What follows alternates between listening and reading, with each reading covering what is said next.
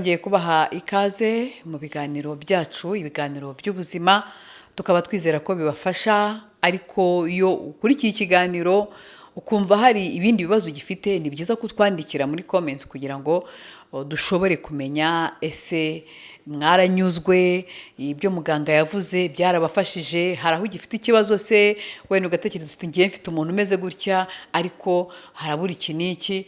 Ni byiza yuko mutwereka ko mwakurikiye kandi ko ibyo yavuze byabanyuze, cyangwa se niba hari icyo utari wasobanukirwa ukatubaza, ndetse ukaba wagisangiza n'abandi kugira ngo ubukangurambaga turimo bwo gufasha abantu bugere kuri benshi. Turi kumwe rero nanone na Dr. Arthur Rukundo, akaba ari inzobere mu bijyanye n'ubuzima bwo mu mutwe, agiye kutubwira noneho ku burwayi bwo mu mutwe bweruye.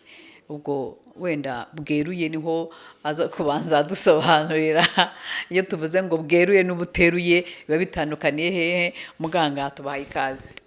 Murakoze, turabashimiye kuba mwadusuye uyu munsi kugira ngo tuganire ku buzima bwo mu mutwe. Amazina mwayavuze, nkaba ndi umuganga nk'uko mwabivuze w'inzobere, maze imyaka 20 nkora mu bitaro bya Ndera. Murumva ko nahuye n'abarwayi benshi. Yego, uyu munsi mwifuje ko tuvuga ku burwayi bwo mu mutwe bweruye. Reka ntangire mvuga ko kwirinda biruta kwivuza. Mvuge ko ubuzima bwo mu mutwe ari ingenzi cyane, kuko iyo nta buzima bwo mu mutwe umuntu afite, nta buzima bafite. Ni moteri nk'uko mubivuga. Mwakwibaza impamvu njyewe nahisemo kuza kuvura ibijyanye n'ubuzima bwo mu mutwe. Twazareba undi munsi tukazabiganiraho, ariko akenshi usanga icyo twita akato ku bantu bafite ibibazo byo mu mutwe karahari. Hari n'akato ku baganga bavura ibibazo byo mu mutwe, karahari. Yego, karahari. Yego, karahari, kuko abantu batangira kukwibazaho, bose ntago uri umurwayi, ese ntago bizarangira naho urwaye? Ndabona bisetse Luis. Ese ntibizarangira kuba uriho uvura umwaka 1, 2, 3 nawe bizarangira? Ariko siko bimeze. Ni ya myumvire itariyo. Uburwayi bwo mu mutwe buriho kuva kera, kuko ibibazo byatera indwara zo mu mutwe ni ibibazo biriho nabyo kuva kera. Mwavuze uburwayi bwo mu mutwe bweruye, hari n'uburwayi bwo mu mutwe buteruye. Aho bitandukaniye ni hehe? Umuntu ashobora kuba afite ikibazo cyo mu mutwe ariko ntubibone, mukicarana pe kandi afite ikibazo cyo mu mutwe, ariko mukaganira, mukanatandukana, mukanasangira, mugataha ubukwe, mugataha mwese, sibyo? Ariko hari n'undi bashobora kuzana nko mu munsi mukuru ahantu, mwese akabateza ibibazo, sibyo? Reka tuvuge ko wa wundi afite ikibazo ariko azi uburyo abyifatamo cyangwa abyitwaramo, ariko hari undi utabizi, bitakimukundira pe. Reka nange nk'urugero, muzi indwara iri kuvugwaho cyane muri iki gihe, ni indwara y'agahinda gakabije, ariyo bita depression. Cyangwa reka dufate depression ubwayo, kuko depression cyangwa indwara y'agahinda ifite inzego cyangwa ifite levels. Hari icyo bita depression légère, hari icyo bita depression moyenne na depression sévère. Umuntu ufite depression sévère cyangwa indwara y'agahinda gakabije, bwa bukwe twavugaga we ntago yabutaha. Wa munsi mukuru wabaye mu muryango ntago mwahamubona. kubera iki? Kuko kimwe mu bimenyetso aba afite ni ikimenyetso cyo kuguma yigunze mu buriri atava mu cyumba. Uza abantu bameze gutyo uko bangana batakiva mu nzu ni benshi. Hakaba wa wundi ufite depression moyenne, wowe yataha ariko bakajya bareba bakavuga ariko ko tubona mu maso utishimye, ni birebire ntago nabikubwira, ni birebire ariko bikagaragara, sibyo? Hakaba na wa wundi ufite depression légère, wowe ntago wanabimenya. No mu maso pe bisaba kuba umuntu wabyize nkatwe kugira ngo uhite ubibona. Murumva ko ibyo ntago twavuga ko ari uburwayi bwo mu mutwe bweruye, kuko ni na wa muntu abantu batazamenya, na wa muntu ufite agahinda gakabije ntago bazamenya ko arwaye. Abantu bazamenya ko afite ikibazo n'abantu babana nawe mu nzu.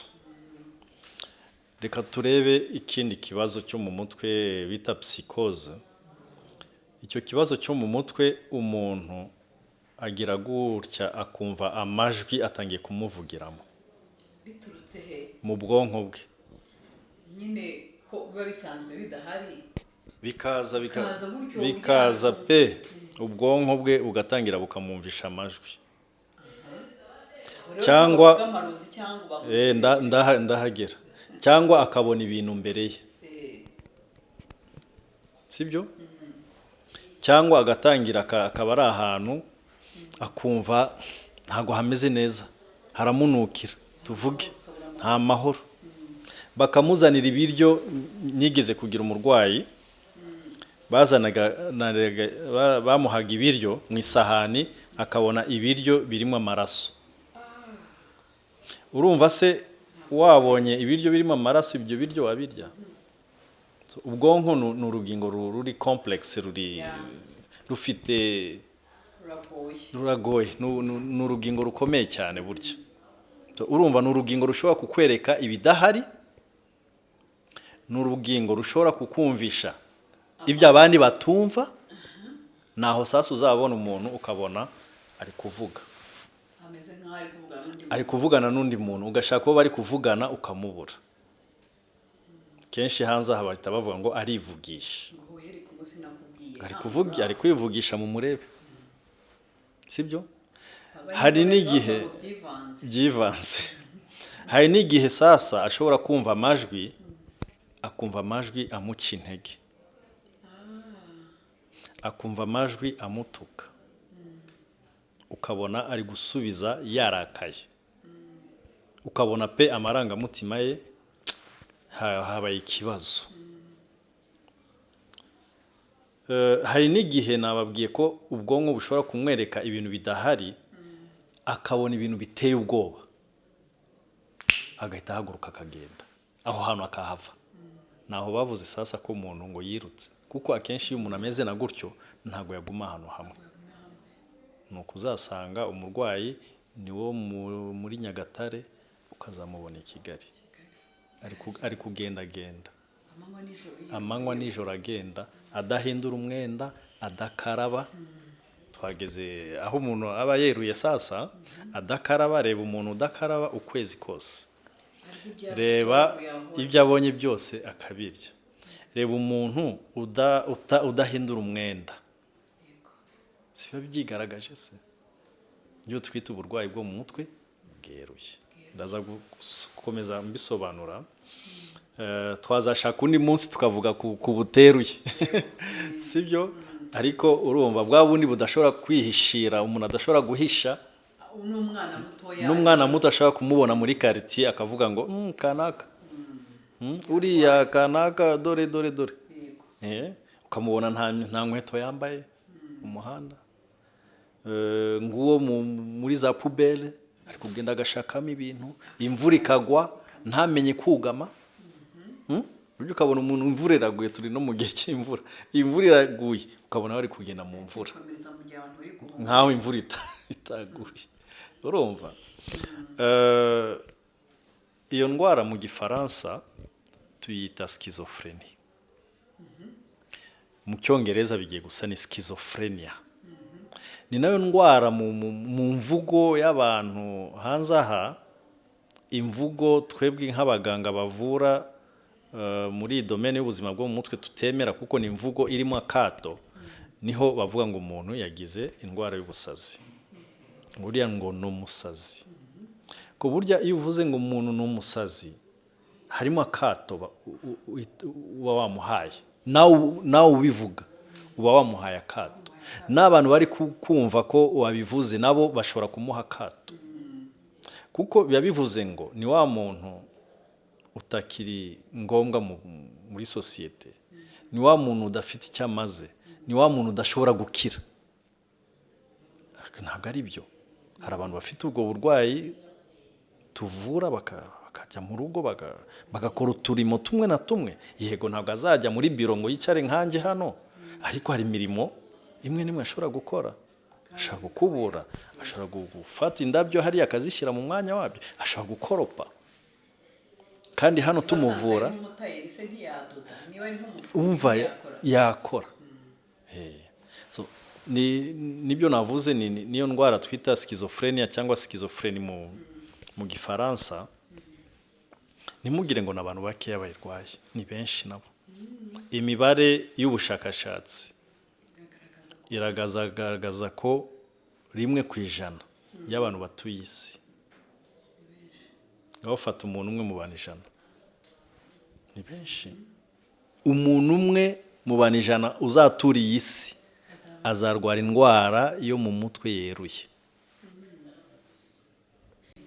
Use ufashe nk'imibare, reka tuvuge malaria umuntu umwe mu bantu 100, umva, cyangwa diabete ntabwo ari umuntu umwe mu bantu 100, ni gakeya cyane.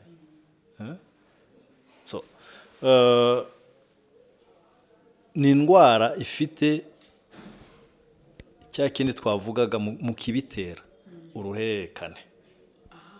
Ni génétique, ni maladie génétique, ni uburwayi buri génétique. Sibyo?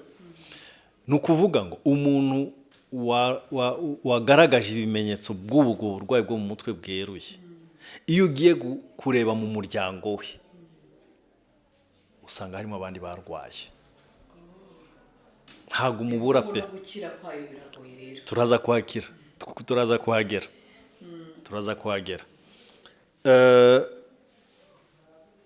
Hari ikindi kibazo gishobora gutera ubwo burwayi butari iby'uruhererekane. Ni ibituri kubona muri iki gihe byo gukoresha ibiyobyabwenge. Murabizi ko abajene benshi bakoresha ibiyobyabwenge babitangira bafite nk'imyaka 14 akenshi. Umwana wafashe ibiyobyabwenge ku myaka ya 14, 5, 6, 8, 20 nta buryo bwo kubimubuza, ashobora kurwara ubu burwayi. Kuko nk'urumogi tuvuge, nk'urumogi ruragenda rukangiza ubwonko. Uburyo urumogi rwangiza ubwonko bitandukanye n'inzoga.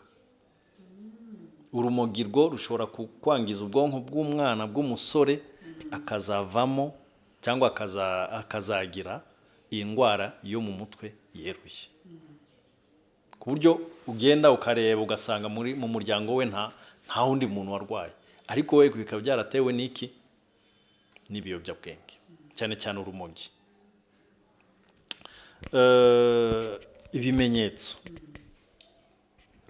Ibimenyetso nakomoje ku bijyanye no kumva amajwi.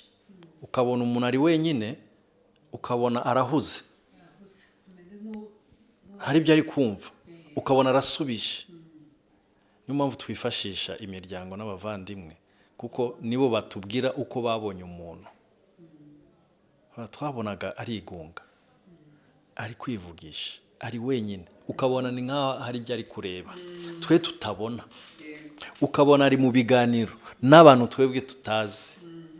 Aho niho haza sasa na bya bindi twavuze cya gihe by'amadayimoni n'iki byose n'imyuka. Aho umuntu ashobora gutangira kuvuga ngo uriya baramuroze, bamuteje ibintu.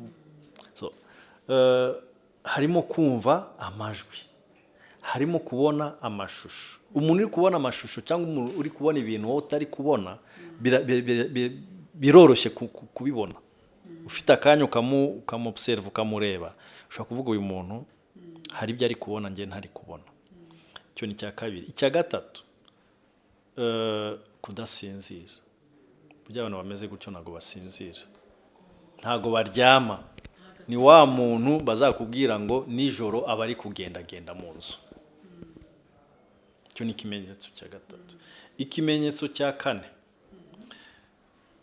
ni amagambo ye, ibyo avuga. Ugazasanga ari kuvuga ngo ngiye muranyanga, abantu bose ku isi baranyanga. Cyangwa biriya nigeze kugira nkitangira gukora mu bitaro, hari umurwayi nakiriye wavugaga ko iminara yose ya MTN n'iya Airtel, ariko icyo gihe Airtel ntabwo yari ihari, yari MTN na Tigo nyuma, avuga ko iyo minara yose bayishizeho kugira ngo bazajye bamukurikirana. Numva ko nta mahoro yagira. Ahantu hose haba hari umunara. Nubwo bashizeho umunara hariya wo kurikodinga ibyo atekereza n'ibyo avuga. Ni bubi. Nta mahoro wagira. Twageze ku kimenyetso cya gatanu, kubura amahoro. Kwihisha. Numva niba bashizeho umunara hariya, ahantu hose hari umunara uzajya uhakwepa. Uzaguma mu nzu wikingirana. Hano harimo abasore n'abakobwa bazana kuhivuriza, bakatubwira ukuntu bamaze amezi 2-3 badasohoka mu nzu. Kuko gusohoka ni ikibazo. Gusohoka ni uguhura n'abantu bashaka kumugirira nabi. So ikindi kimenyetso ni imirire. Burya umuntu urwaye ufite ikibazo cyo mu mutwe cyeruye, n'imirire ntabwo bimeze neza. Arya ibyo abonye kandi ukabona ari kurya nta control. Mu kavuyo. Naho uzasanga ari kujya no mu ahantu hari pubere agakuramo ikintu akakirya, ntiyibuke ko aho hantu harimo niza microbe n'iki byose bishobora kumutera indwara. Iyo conscience, ubwo buryo bwo kumva mu mutwe we ko aha hantu hari ibintu byantera infection, ntabyo agitekereza. So nabibabwiye ko ari 1%, ariko hari igihe birenga 1% bitewe n'intambara abantu baba barimo. Ikindi kintu gishobora gutuma niyo mibare yiyongera ni stress. Stress zihoraho nazo nabyo ni ibintu bishobora gutuma iyo mibare yiyongera. Ihohotera ririho ubu, abana bafatwa ku ngufu bakiri batoya. Reka umunsi umwe tuzanavuye no kuri za telefone n'amateleviziyo hanze aha, kuko nabyo biri gutuma abana benshi barwara. Sibyo biri gutuma n'abana benshi batangira gufata ibiyobyabwenge hakiri kare, ko arabona muri televiziyo akabona wowe yumva ko ari umustar, akabona ari kunywa, akavuga niba umustar se abikora. Bon, ibimenyetso nabivuze. Ubwo mwakwibaza, ese iyo umuntu afite uburwayi bwo mu mutwe bweruye birapimwa? Hari ibizamese byakorwa? Hari imashini se twagisha mu mutwe w'umuntu tukabimenya? Yego, izo mashini zirahari. Bon, iyo batuzaniye umuntu warwaye ugifite ikibazo cyo mu mutwe, icyambere dukora tubanza kureba umubiri ukuntu uhagaze. Ko twavuze ko ari umuntu ugenda ufata ibintu ariho hose, tubanza tukamupima wese, tukareba amaraso se ameze ate, ese umwijima we umeze ute, ese impyiko zimeze gute. Tukakora examen y'umubiri wose. Hagakurikiraho kumureba nk'abaganga, twe tukamobserva biriya bimenyetso tukabibona. Niba ari nijoro tukamobserva niba adasinzira, ese nijoro aragendagenda. Ibyo batubwiye mu rugo naha mu bitaro aragendagenda. Burya ntago duhita duha umuntu umuti, ariko bon, hari abantu baza bafite amahane. Iyo umuntu afite amahane urumva ko kuzamushira mu bitaro biba bisaba ko abantu bakoresha umuti. Niho havuye cya gishinge bavuze. Burya igishinge ni umuti ntabwo ari igishinge, ni umuti ukomeye. Kubera iki babyise igishinge? bagishyize igishinge kuko ni umuti baha umuntu waba ufite amahane arwana agahita atuza. Abantu sasa babibonye baravuga ntabwo ari urushinge rusanzwe, ni igishinge. Umva yego, nibyo nari kuvuga, ntabwo duhita tubaha imiti bakiza mu bitaro, ko tuba dushaka ko natwe ibyo bimenyetso tubanza kubibona tukabyobserva. Umuntu wagize ikibazo cyo mu mutwe agomba gukorerwa examen bita scanner cyangwa MRI. Ni ngombwa kuyimukorera pe, kuko hari indwara zo mu mutwe nyinshi zishobora guterwa. Murabizi ko na kanseri zarateye, sinzi hano mubizi ko uyu munsi ari umunsi mpuzamahanga wo kurwanya kanseri. Uyu munsi yego, so hari kanseri ishobora kuza mu mutwe igateza ikibazo cyo mu mutwe, akagira imyitwarire. Ariko ntabwo twanavuze igitera ibibazo byo mu mutwe. Reka vuba mbivuge, ndabona iminota itugendanye. Akenshi ibitera ibibazo byo mu mutwe navuze ko hari iby'uruhererekane, ariko hari n'ibibazo byo muri sosiyete. Ibyo yego, ibyo hari ibiyobyabwenge twabivuze ko nabyo bishobora gutera ibibazo byo mu mutwe. Hari n'izo kanseri. Sasa kanseri niyo nari nakomoje, ni ukuvuga les problèmes biologiques, biological condition zishobora gutuma umuntu arwara mu mutwe. Yego, niyo mpamvu ku muntu ufite ikibazo cyo mu mutwe ni byiza kumukorera scanner y'ubwonko kugira ngo turebe niba mu bwonko nta kibazo kirimo. Kuko iyo dusanze ko hari ikibazo mu bwonko, tuvuye ari nka kanseri iri gutangira, icyo gihe tumwohereza ku muganga. Umuganga abo bita neurochirurgie, hari abo dufite babaga ubwonko, bakagenda hantu hatameze neza bakahabaga, kandi iyo bahabaze umuntu ahita akira, ubuzima burakomeza. Hari n'ikizame kigiye kuzaza mu minsi iri imbere, ni icyuma gikomeye cyane, bakita PET scan. Iyo PET scan yo igaragaza uburwayi bwo mu mutwe, irabugaragaza indwara yo mu mutwe, irabugaragaza. Kuko ubushize twavuze ku gicuri, mbabwira ko ubwonko iyo bugize ikibazo cy'amashanyarazi nibwo umuntu arwara igicuri. Iyo umuntu agize ikibazo cyo mu mutwe ho ntabwo biba ari amashanyarazi, ni imisemburo, ni imisemburo yo mu bwonko. So iyo umuntu afite ikibazo cyo mu mutwe, hari umusemburo witwa dopamine. Iyo dopamine iba nyinshi mu bwonko bwa muntu. Niyo dutanze imiti, dutanga imiti igabanya dopamine.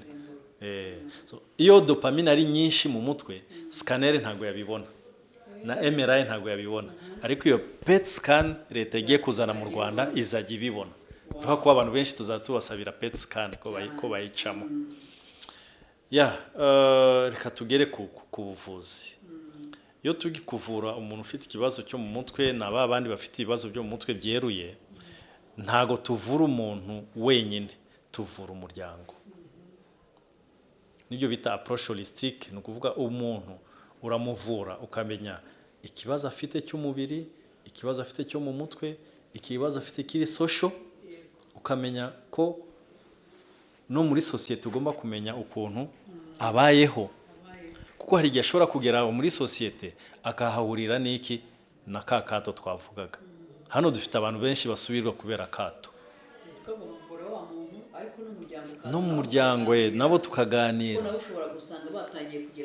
batangiye kugira ikibazo ntibabyumve ko ntabwo ari uburwayi abantu bose bumva. Nabo tukabasobanurira, dore ukuntu agomba gufata imiti, dore ukuntu agomba kubaho, dore. Iyo adasinziriye, dore icyo mugomba gukora. So dutanga imiti ituma ya misemburo yitwa dopamine ijya ku murongo, ariko hakaba n'imisemburo y'ibitotsi, iyo bita serotonine.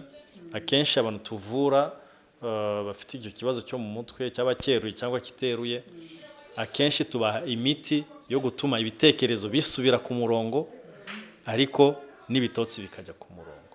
Iyo tutari twakora ku buryo umuntu asinzira neza, ntago tuba twafashije umuntu, ntago biba byoroshye kumuvura. Burya ibitotsi ni ingenzi, tuzashaka n'umunsi tuganire ku bitotsi. Ibitotsi ni ingenzi cyane, kandi muri iki gihe abantu benshi ntabwo bakiryama. Aho none bakiryama. Voilà, donc imiti kuri uwo muntu ufite ikibazo cyo mu mutwe cyeruye agomba gufata imiti igihe kirekire pe ni igihe kirekire ntago tuyihagarika kuko iyo ugiye kuyihagarika gatoya ya misemburo irongera ikazamuka voilà nibyo nababwira abantu natangira nongera kuvuga ko kwirinda biruta kwivuza kandi kwivuza ni kare nubona umuntu ukabona ko ari ku muhanda amanywa nijoro reba inzego z'ibanze ziri hafi yawe bahite bamufata bamujyane kwa muganga murakoze. Tumushimiye cyane Dr Arthur Rukundo atubwiye ku ndwara yo mu mutwe uburwayi bwo mu mutwe bweruye yatangiye adusobanurira aho bitandukanira n'ubuteruye ariko baratuzagira igihe tugaruke rero natubwire ubuteruye bwo bumeze gute ariko mwumvishe ko uko byagenda kose harimo ibishobora kwirindwa nubwo harimo akarande cyangwa se nako harimo uruhererekane rw'umuryango ariko harimo n'igice cyo kwirinda bya biyobyabwenge harimo imyitwarire harimo byinshi dushobora kwirinda bikaba byatuma tutagira ibibazo byo mu mutwe. Turamushimiye cyane kandi asoje avuga ati nyamuneka murabizi sosiyete nyarwanda umuryango wacu iyo tubonye umuntu ku muhanda atoragura ibintu arya baramukwena se bakamukubita se bakamugira gute mugeze ku rwego rukwegereye ndetse na polisi uyu munsi irabafata ikabageza mu bigo nk'ibi ngibi byita ku buzima bwo mu mutwe. Nibaza ko twese mu rugo mu muryango tufatikanyije abo bantu dushobora kubafasha ku buryo tuzongera kubona abantu ku mihanda bagifite imyifatire tubona idahwitse dushyize hamwe tukamenya ko ari umurwayi nk'uko ushobora gusanga umuntu yagize impanuka ukamutabariza n'uwo nguwo nawe mutabarize reba uko ukora kugira ngo uwo muntu agere ku rwego rw'ubuvuzi. Ndabashimiye cyane rero ikiganiro nakagaruka muganga yatwemereye ko tuzakorana ibindi biganiro byinshi namwe rero ibyo mwifuza mwatwandikira kugira ngo dushobore kubagezaho ibisubizo by'ibyo mwibaza indwara mwumva mufite mushaka gusobanuza turi hano kugira ngo tubafashe kugira ubuzima bwiza naho ubutaha na Louise Nganyira.